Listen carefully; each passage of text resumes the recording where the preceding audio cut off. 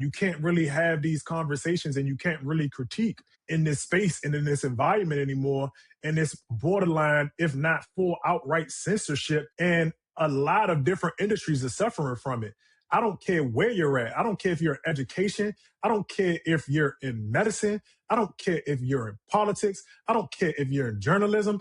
Everybody right now is suffering from the fact that we can't have honest conversations about a lot of the stuff that we're seeing right in front of our eyes. Like, for the fact that you all are mad at Druski, how about be mad at the fact that there are people playing in your face, in your church, in your community, and pillaging it and not giving anything back?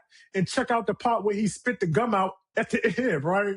He said, "Did you tie?" And then, hey, get up off of this joke, man. Spit the gum out and the whole little impregnating piece.